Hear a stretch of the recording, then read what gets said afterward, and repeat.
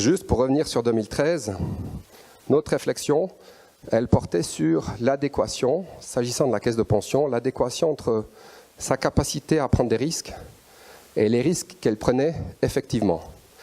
Et ce qu'on a fait, c'est qu'on a un de nos collaborateurs qui faisait un mémoire ici à HEC, qui a étudié des caisses qui étaient sous l'égide de l'autorité de surveillance de Suisse occidentale. Ça représente à peu près 200 caisses qui sont, je pense, pour partie, en tout cas représentatives du tissu des caisses de pension suisses. Et puis on est arrivé au résultat suivant. Si vous voulez, on a analysé deux risques, le risque structurel et le risque de financement. Le risque structurel, on l'exprime à travers le ratio actif-rentier, partant de l'idée que plus ce ratio est élevé, plus la caisse a une capacité à prendre des risques.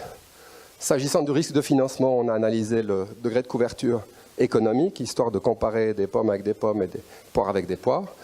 Et le raisonnement est assez simple, de nouveau, c'est plus que le degré de couverture est élevé, plus la caisse peut prendre des risques. Comment est-ce qu'on analyse les risques que prend effectivement cette caisse? Bien, vous l'avez sur l'ordonnée ici, c'est la part action qu'on trouve dans les portefeuilles. Donc pour la faire courte, plus vous avez une capacité de prendre des risques élevés, plus vous pourrez avoir d'actions en portefeuille. Ça, c'était le propos de notre travail. Et puis intuitivement, qu'est-ce qu'on se disait? C'est qu'évidemment, on devrait avoir une relation positive entre les deux, c'est-à-dire une courbe qui a en quelque sorte cette pente. Et le résultat, vous le voyez ici, étonnamment, ce n'est pas du tout le cas. Les courbes dans les deux cas sont à peu près plates.